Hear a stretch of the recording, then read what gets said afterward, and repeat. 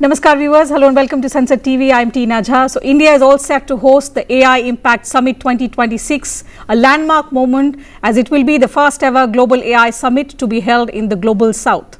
So from the 16th to the 20th of February, leaders, policymakers, innovators and domain experts from across the world will gather at Bharat Mandapam in New Delhi. Over 5 days, the focus will be clear.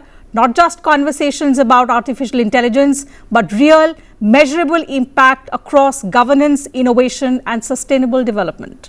The vision is rooted in our civilizational ethos, Sarvajan Hitay, Sarvajan Sukhay, which means welfare and happiness for all, aligned with the broader global principle of AI for humanity. The summit is structured around three foundational pillars or sutras: people, planet and progress. Building on these, deliberations at the summit will move through the 7 chakras, which are the key areas of multilateral cooperation aimed at ensuring that AI delivers inclusive and sustainable outcomes for the society. So what do these pillars and chakras really mean in practice? What concrete outcomes can we expect? And how might this summit help shape global AI norms for policymakers, investors and industry leaders alike?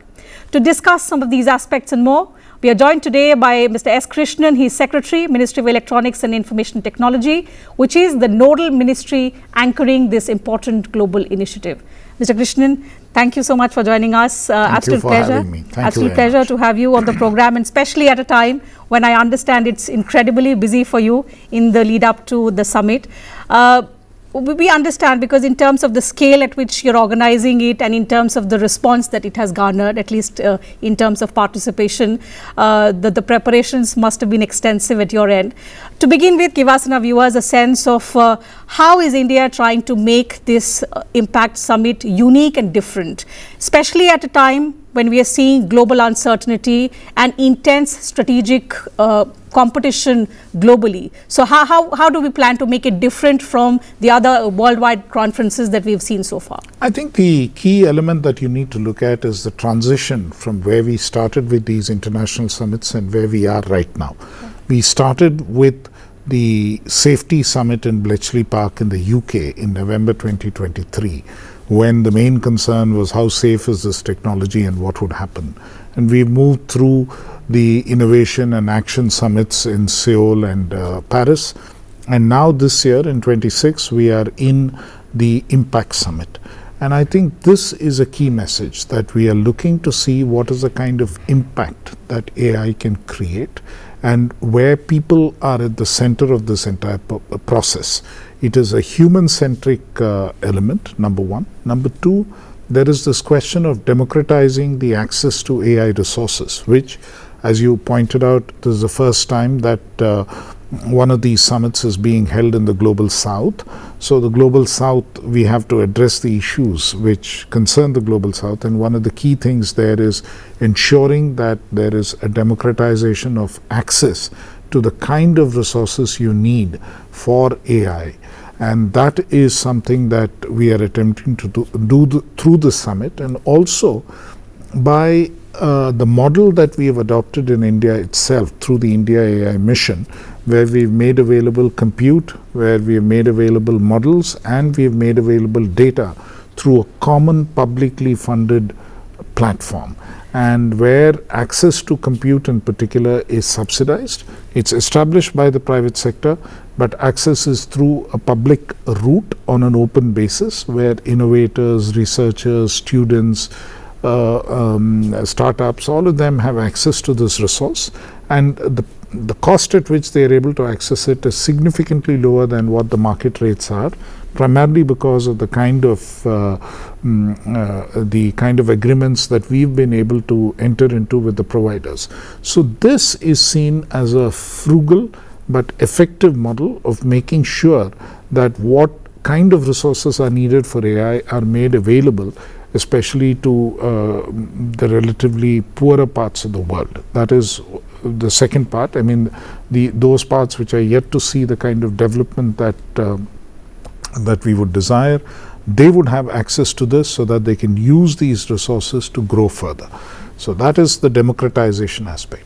The last aspect which I think is important is the fact that using these infrastructural resources of AI what are the kind of applications and solutions you can build, and how can it actually have impact? That is where the impact element comes in, and what it can do for people at large, how can it have impact? So these are the aspects that this summit will focus on, and there will be a showcasing of a number of the applications which many companies, including Indian companies and startups, have established, and they would be able to showcase it to the world. And the scale on which we are doing it is significantly larger than previous summits, which were more about discussions and closed door, whereas this is much more open to people. We've had 2.5 lakh people nearly who have enrolled to attend various sessions in the summit. All the sessions, most of the parallel sessions, there are almost 500 of them, are going to be webcast live. So there are 30 YouTube channels that we have ready for this purpose. So which means that the participation and people getting access to what the current and latest thinking of leading experts in the world, leading CEOs and other stakeholders is something that becomes much more democratized and open. That's right. This was about India's experience, and this is something, this is our strength that we bring to the table, especially in context of democratization of technology, which aligns with our national vision of welfare and benefit for all. We've seen even in the past, even during G20 that India chaired back in 2023, raising the voice of the global south has been one of our key objectives, and that's the emphasis that we see also during the India AI Summit. The fact that we're emphasizing again and again that this is the first of its kind AI global gathering that is taking place, that is being hosted in the global south. Do you think this is a lifetime opportunity for India at a time when AI governance is being defined by global economies? This gives India a unique chance, a unique opportunity to become the agenda setter, reinforce India's voice for the developing countries which are prominently in the global south. I think India is seen globally as an important player in the AI space. The Stanford AI Vibrancy Index rates us as number 3 overall in terms of AI vibrancy, the vibrancy of the AI ecosystem. That's primarily because of the kind of talent and research that we have brought to AI. So now clearly India is recognized as a key player and a big player in this space. And if we are recognized as such, then it is important that we find a voice, and we are part of this entire global process on how we map the path forward on AI. So I think it just reinforces India's leading role in this space, and it establishes us as a country and as a very vibrant ecosystem for technological innovation.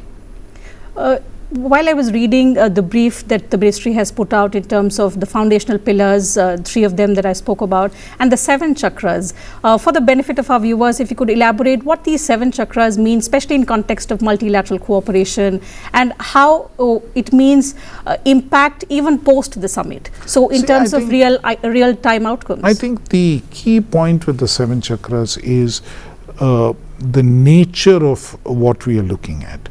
It is a forward-looking, positive vision of artificial intelligence, the way in which they can contribute to growth, way in which they can contribute to development. So there is an entire chakra which basically talks about AI and social and economic development. There is one particular working group which is working exclusively on that. Then there is another working group which is talking about democratizing access to AI resources, which we discussed earlier. Then there is another working group which is talking about inclusion, and what inclusion, the kind of meaning that inclusion has. There's another chakra which talks about resilience, because ultimately today's geopolitical world, the one thing that we've come to learn is, whether it is in the space of technology or otherwise, resilience is very important. You have to have a diversified set of value chains. You have to be sustainable in terms of how you use resources. So all those aspects come into it.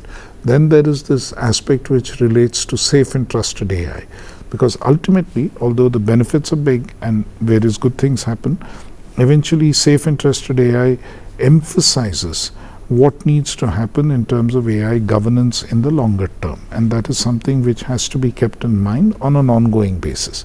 Our approach currently is that we don't want to regulate immediately.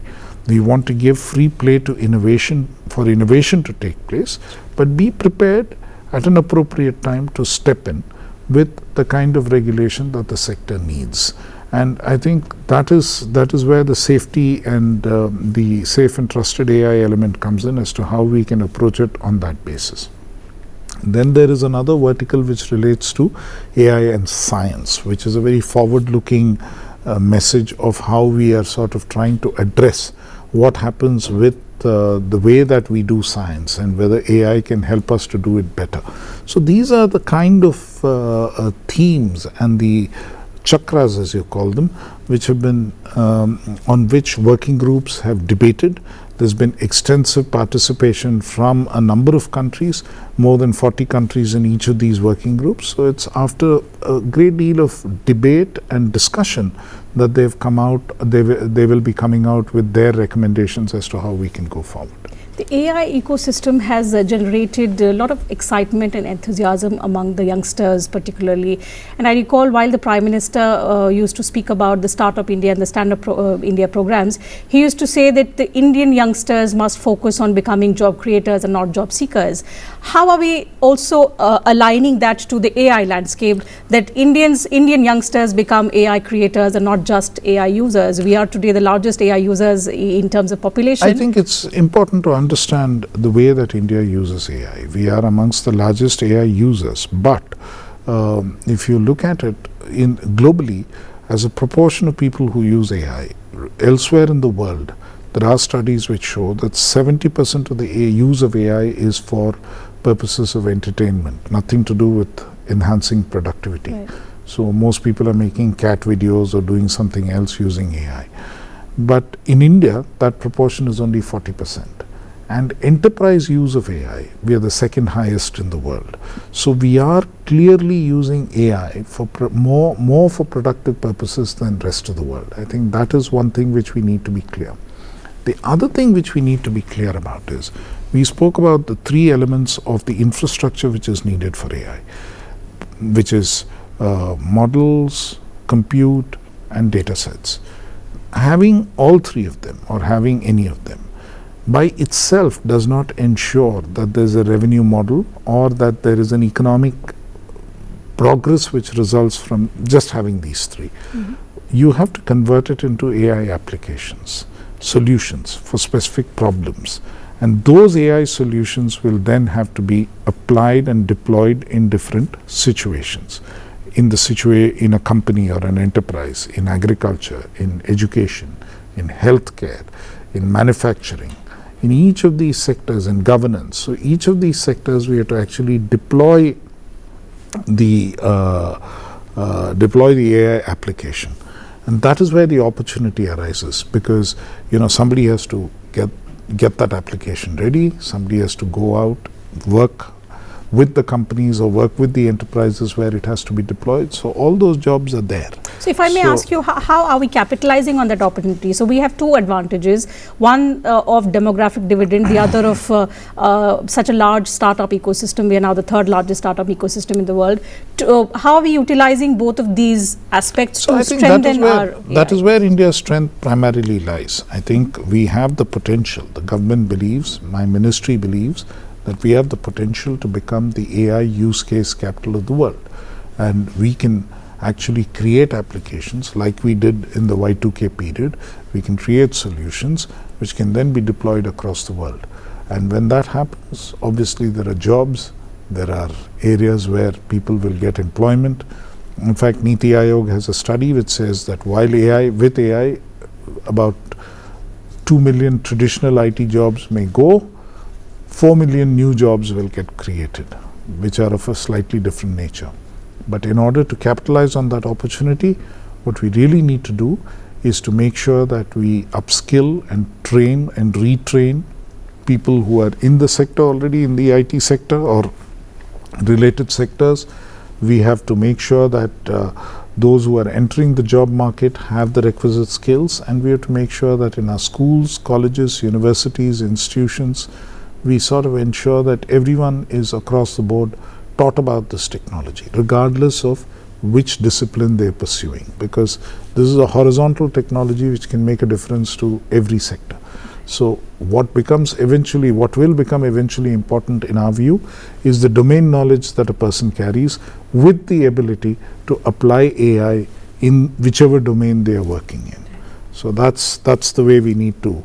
So I believe deliberations on how to take these forward will also be part of the summit. But what tangible outcomes can we expect after the 5-day event? Will there be new announcements? Will there be AI solutions that we need and perhaps maybe announced at the summit? We will. I mean, I think you will, as the days unfold, you will see that there will be a number of tangible outcomes in a range of areas.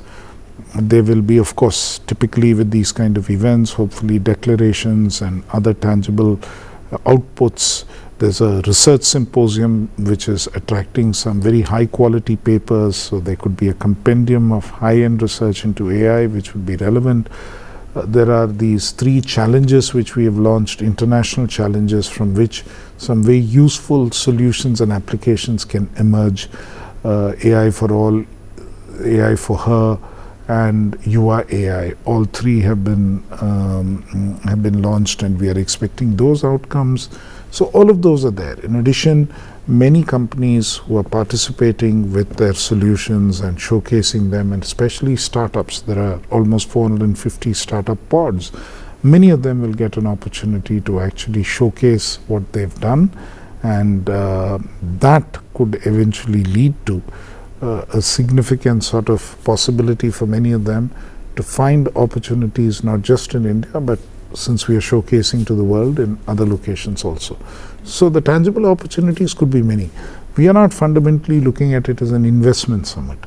There could be announcements of investments, there could be some MOUs signed between different players who are represented there, but that's not the primary intent of the conclave or of the summit.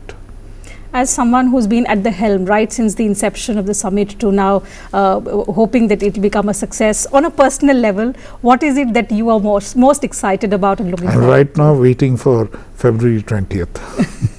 When all this is behind us, around this time on February 20th is what I'm looking forward to. So will we expect a formal sort of a declaration or a framework document, which is usually the case at the end of any summit? We are working on a document, and we hope that we'll get everyone's cooperation to bring it out. I believe you'll also be launching the AI compendium on the 17th, which is the second day of the summit.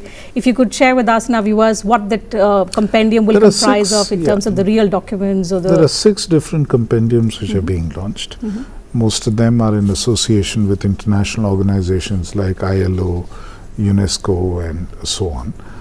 Each one of them focuses, WHO and all that, each one of them focuses on learnings and the kind of applications on AI which have been tried in different parts of the world, and something which can be a useful model or an example for other countries. So there's some, one of the key aspects of an event of this nature is sharing knowledge and sharing experience.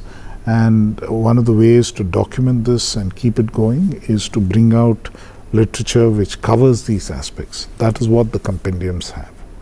So while we'll be also looking forward to what the outcomes are, one question that I had in mind is how would you expect those outcomes to help strengthen our India AI mission, in particular the Digital India initiatives that are already in place, broadly aligning them to the Viksit Bharat goal, which is just 20 years away now? See, I think 2 or 3 things are important. I think the India AI mission is a flexible mission, so we are constantly looking at newer ideas which we can pick up and implement.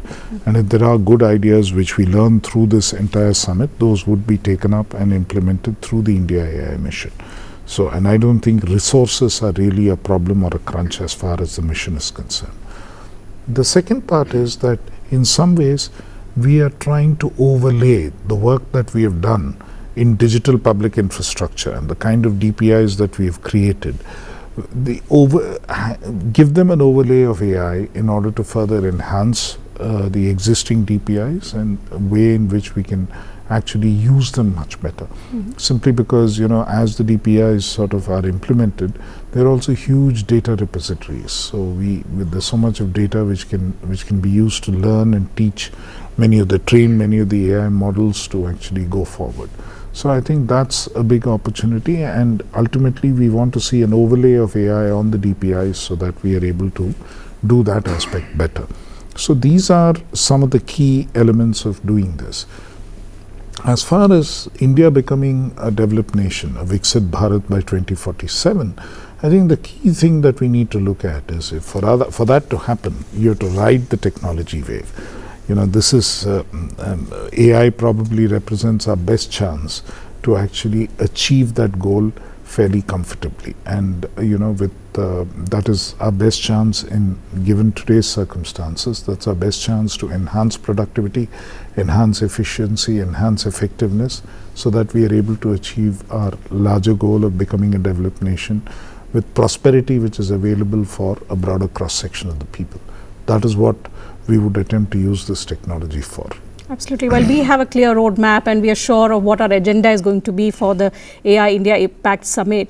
How will you ensure that we are able to change the narrative that AI development does not lead to inequality, and especially in terms of what the global leaders, the global CEOs take away at the end of this summit? See, which is why I said our approach to AI is a little different. Our approach to AI is focus on the applications, focus on the impact that it can have, expand human capabilities, make sure that it provides people with an opportunity to use the technology to expand their own abilities in order to be more effective economic agents. So that's our approach. We don't want to build a moat around any of the resources that you have in AI, whether it is a model or whether it is the compute facility or any of those. We are willing to share. We are willing to share openly whatever resources we have access to, so that both we would develop, of course, and others would develop alongside us. Since we have a long-term approach which is more development focused, more people-centric, I can't ask you what success will look like at the end of the summit, but given that the objective is quite comprehensive, it puts on the table India's strength, which we are willing to share with other developing countries. What would success mean in terms of the long-term impact that you see, especially on the developing countries, so that they are able to shape the rules of the AI era? I think the key thing is that if countries in the global south have access to these resources, are able to apply them and make sure that solutions are designed in such a way that their people benefit from them, their people are able to use them, and it leads to economic and social development in those countries, that makes the key difference. And success would really be of the summit, definitely, as to what are the pathways by which we ensure this. What are the pathways by which we are able to make sure that compute will be available to most countries in the global south, that they have access to data centers, that they have access to other resources, that they have access to models, that they have, they are able to create their own databases effectively, so that the models can get trained on those and be less biased and less prejudiced by historic legacy data on which they are trained. AI safety is also quite important in the conversation, and as we talk about AI being an enabler, we have to also give a word of caution to those using it. Will AI safety also be part of the discussions and the deliberations? Of course they are. The government is fairly clear that there are certain aspects of AI which cause concern, including the possibility of misrepresentation, deep fakes, and the implications that they have. Earlier this week, we brought out the new set of rules on synthetically generated information.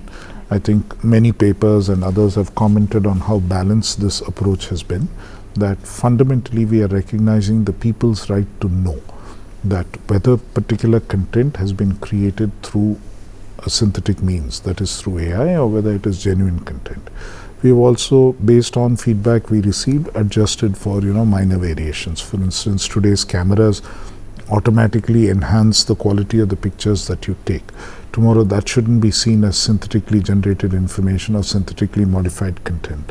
Likewise, when you go to a movie or you're watching a TV show, you know that it is entirely fictional. And if they are using AI in that to create certain situations and, to add to the creativity. We don't need that to be labeled because, you're already going there knowing that it is fictional. Whereas in all other cases, it is probably, in many other cases, it's important that somebody who's seeing something is aware whether it is for real or not for real. Because with the use of this kind of technology, the difference is not something which is visible to the naked eye, which means that it could lead to a lot of other issues and manipulation in due course of time. So we need to protect ourselves as a country against those kind of issues, which is why we said it's important to label synthetically generated content, and that is what is contained in the rules. So like that, there would be other measures which need to be taken from time to time based on the kind of issues that get thrown up. So we need a flexible and a quick reaction approach to make sure that any harms or anything which we believe is being created by AI is addressed in an appropriate and democratic way. So I think we have shown the way forward even in that space, and that would clearly, labeling and watermarking would be an important issue that we would like discussed in the summit, and some sort of view or decision taken on that aspect. Absolutely. How we shape rules for a future of AI is something that the deliberations will talk about, which will include AI safety. Thank you, sir, for speaking to us once again about what the deliberations will cover and what are some of the expected outcomes that we should be watching out for. I wish you all the success for the 5-day summit on behalf of all our viewers and on behalf of Sansad TV. And we hope to catch up with you once the summit is over to talk about some of the tangible outcomes that perhaps you're not opening up at the moment, but maybe you're able to talk more briefly and more elaborately about in later conversations that we have. Thank you once again for joining us on Sansad TV. And to you viewers, thank you very much for your time as well.